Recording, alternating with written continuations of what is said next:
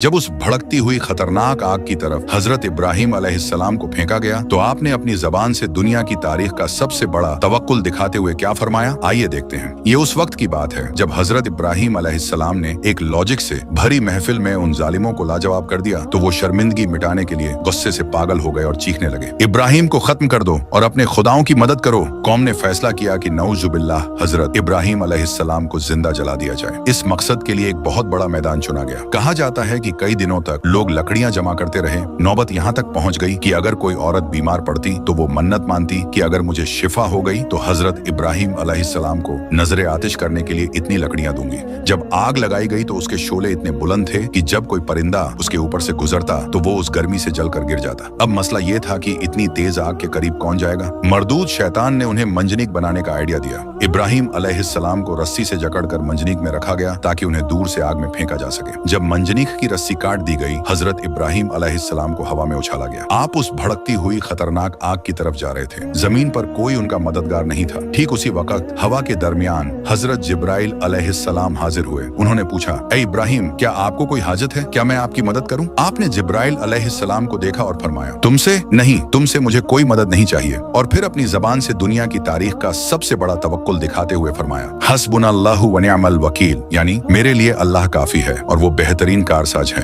अभी इब्राहिम अलैहिस्सलाम आग की लपटों तक पहुंचे भी नहीं थे कि अल्लाह की रहमत जोश में आ गई। अल्लाह ने बराह रास्त डायरेक्ट आग को हुक्म दिया। अल्लाह ने फरमाया, कुलना या नारु कूनी बर्दन व सलामन अला इब्राहिम, यानी ए आग, इब्राहिम पर ठंडी और सलामती वाली बन जा। जैसे ही इब्राहिम अलैहिस्सलाम आग में गिरे, दुनिया ने एक हैरान कुन मंजर देखा। आग ने इब्राहिम अलैहिस्सलाम के जिस्म को छुआ तक नहीं, आग ने उनके कपड़ों को भी नहीं जलाया, सिर्फ वो रस्सियां जल गईं जिनसे उन्हें बांधा गया था।